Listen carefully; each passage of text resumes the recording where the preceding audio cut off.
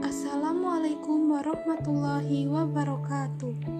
Di video kali ini saya akan menjelaskan tentang peraturan hortikultura bagian ruang lingkup perencanaan.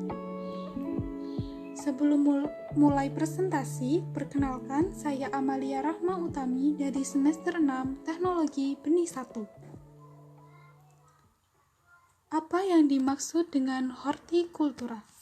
Hortikultura adalah segala hal yang berkaitan dengan buah, sayuran, bahan obat nabati, dan florikultura termasuk di dalamnya jamur, lumut, dan tanaman air yang berfungsi sebagai sayuran, bahan obat nabati, dan atau bahan estetika.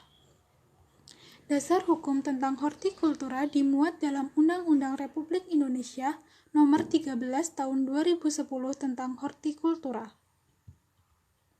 Tujuan dari undang-undang tersebut adalah yang pertama, mengelola dan mengembangkan sumber daya hortikultura secara optimal, bertanggung jawab, dan lestari. Kedua, memenuhi kebutuhan, keinginan, selera estetika, dan budaya masyarakat terhadap produk jasa hortikultura. Ketiga, meningkatkan produksi, produktivitas, kualitas, nilai tambah, daya saing, dan pangsa pasar. Keempat, meningkatkan konsumsi produk dan pemanfaatan jasa hortikultura.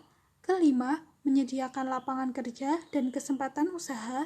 Keenam, memberikan perlindungan kepada petani, pelaku usaha, dan konsumen hortikultura nasional. Ketujuh, meningkatkan sumber devisa negara, dan kedelapan, meningkatkan kesehatan, kesejahteraan, dan kemakmuran rakyat. Ruang lingkup hortikultura terdiri dari 11 aspek. Dan aspek yang akan dibahas kali ini adalah aspek perencanaan hortikultura. Perencanaan hortikultura dilakukan untuk merancang pembangunan dan pengembangan hortikultura secara berkelanjutan. Dalam melakukan perencanaan hortikultura, ada hal-hal yang harus diperhatikan. Yang pertama, pertumbuhan penduduk dan kebutuhan konsumsi. Yang kedua, daya dukung sumber daya alam dan lingkungan. Yang ketiga, rencana pembangunan nasional dan daerah. Yang keempat, rencana tata ruang wilayah. Yang kelima, pertumbuhan ekonomi dan produktivitas. Yang keenam, kebutuhan prasarana dan sarana hortikultura. Yang ketujuh, kebutuhan teknis, ekonomis, dan kelembagaan. Dan yang kedelapan, perkembangan ilmu pengetahuan dan teknologi. Perencanaan hortikultura mencakup 7 aspek, yaitu pertama, sumber daya manusia. Sumber daya manusia sebagaimana dimaksud terdiri atas pelaku usaha, penyuluh hortikultura, dan pihak lain yang terkait dalam kegiatan pelayanan dan usaha hortikultura. Kedua, sumber daya alam. Sumber daya alam sebagaimana dimaksud berupa lahan, iklim, sumber daya air, dan sumber daya genetik. Ketiga, sumber daya buatan. Sumber daya buatan sebagaimana dimaksud berupa prasarana dan sarana hortikultura. Keempat, sasaran produksi dan konsumsi, yaitu dilihat dari pertumbuhan penduduk dan konsumsi. Kelima, kawasan hortikultura. Kawasan hortikultura sebagaimana dimaksud terdiri atas kawasan hortikultura nasional, kawasan hortikultura provinsi, kawasan hortikultura kabupaten atau kota.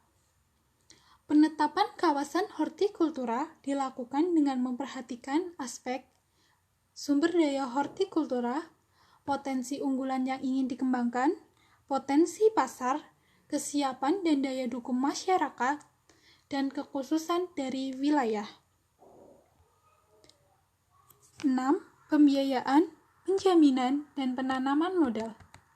Sumber pembiayaan didapat dari APBN, APBD, dana pelaku usaha, dana kelembagaan biaya, dana masyarakat, dan dana lainnya yang sah.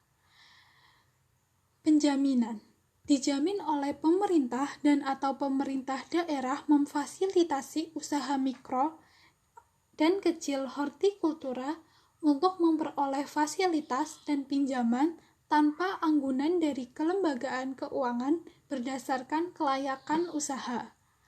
Penanaman modal diutamakan dalam negeri. Untuk modal asing dibatasi paling banyak 30%. Dan yang ketujuh, penelitian, pengembangan ilmu pengetahuan, dan teknologi. Usaha penelitian dan pengembangan hortikultura dapat dilakukan pada usaha perbenihan, usaha budidaya, usaha panen dan pasca panen, usaha pengolahan, usaha distribusi, perdagangan, pemasaran, serta usaha wisata agro. Usaha penelitian dan pengembangan hortikultura sebagaimana dimaksud dilakukan untuk mendapatkan manfaat sebesar-besarnya bagi pengembangan hortikultura. Pelaku dari penelitian dan pengembangan ilmu pengetahuan teknologi tentang hortikultura dapat berupa pemerintah, pemerintah daerah, lembaga penelitian, lembaga pendidikan, pelaku usaha, dan atau masyarakat secara sendiri-sendiri atau dalam bentuk kerjasama. Hal-hal lain tentang perencanaan hortikultura diatur dalam pasal 7, yaitu pertama, perencanaan hortikultura merupakan bagian integral dari perencanaan pembangunan nasional, pembangunan daerah, dan rencana pembangunan sektoral. Kedua, perencanaan hortikultura sebagaimana dimaksud ayat 1 diselenggarakan oleh pemerintah dan atau pemerintah daerah dengan melibatkan masyarakat. Ayat 3, penyelenggaraan perencanaan hortikultura sebagaimana dimaksud pada ayat 2 disusun di tingkat provinsi, nasional, dan kabupaten atau kota. Ayat 4, perencanaan hortikultura ditetapkan dalam rencana jangka panjang, rencana jangka menengah, dan rencana tahunan di tingkat nasional, provinsi, dan kabupaten atau kota sesuai dengan ketentuan peraturan perundang-undangan. Dalam pasal 8 ayat 1, perencanaan hortikultura di tingkat nasional dilakukan dengan memperhatikan rencana pembangunan nasional serta kebutuhan dan usulan provinsi. Ayat 2, perencanaan hortikultura tingkat provinsi dilakukan dengan memperhatikan rencana pembangunan provinsi serta kebutuhan dan usulan kabupaten atau kota. Ayat 3, perencanaan hortikultura di tingkat kabupaten atau kota dilakukan dengan memperhatikan rencana pembangunan kabupaten atau kota. Pasal 9. Ayat 1, perencanaan hortikultura diwujudkan dalam bentuk rencana hortikultura. Ayat 2, rencana hortikultura sebagaimana dimaksud ayat 1 terdiri dari rencana hortikultura nasional, rencana hortikultura provinsi, dan rencana hortikultura kabupaten atau kota. Ayat 3, rencana hortikultura sebagaimana dimaksud dalam ayat 2 disusun oleh menteri, gubernur, bupati atau wali kota sesuai dengan ketentuan peraturan perundang-undangan. Pasal 10. Ayat 1, rencana hortikultura nasional menjadi pedoman untuk menyusun perencanaan hortikultura provinsi. Rencana hortikultura provinsi menjadi pedoman untuk menyusun rencana hortikultura kabupaten atau kota. Rencana hortikultura kabupaten atau kota menjadi pedoman untuk pengembangan hortikultura setempat. Rencana hortikultura nasional, rencana hortikultura provinsi, dan rencana hortikultura kabupaten atau kota menjadi pedoman bagi pelaku usaha dalam mengembangkan hortikultura. Berikut adalah contoh dari rencana hortikultura, yaitu ada rencana strategis hortikultura nasional dari Direktorat Jenderal Hortikultura. Ini merupakan rencana strategis tahun 2020 sampai 2024. Dalam rencana strategis hortikultura 2020 sampai 2024 mencakup beberapa aspek. Yang pertama, ada tujuan dari pembangunan hortikultura itu. Sejalan dengan tujuan pertanian tahun 2020 dan 2024, tujuan pembangunan hortikultura adalah meningkatkan kesejahteraan petani hortikultura, meningkatkan nilai tambah dan daya saing hortikultura, terwujudnya reformasi birokrasi Direktorat Jenderal Hortikultura. Berdasarkan kerangka kebijakan dan strategi pembangunan pertanian yang telah ditetapkan dalam rencana strategis Kementan, maka program Direktorat Jenderal Hortikultura untuk tahun 2020 dan tahun 2024 adalah peningkatan produksi dan nilai tambah hortikultura. Sasaran program Direktorat Jenderal Hortikultura ini mengacu pada sasaran strategis Kementerian Pertanian adalah sebagai berikut. Pertama, meningkatkan ketersediaan hortikultura strategis dalam negeri. Kedua, meningkatkan daya saing komoditas hortikultura nasional.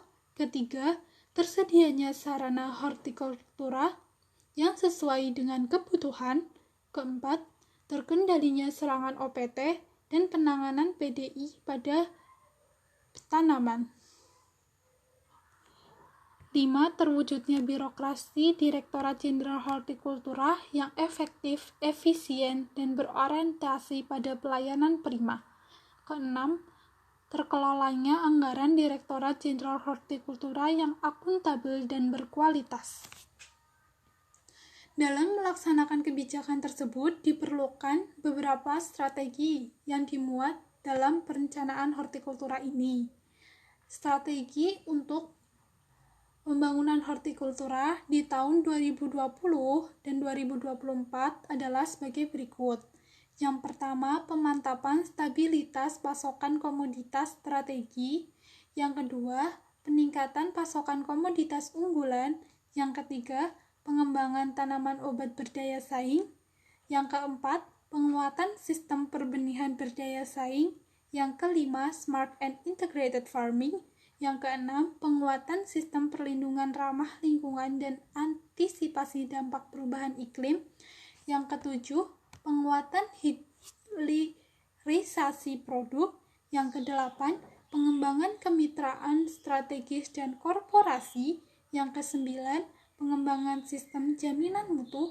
Yang kesepuluh, penataan rantai pasok, perluasan akses pasar atau market intelligence dan promosi.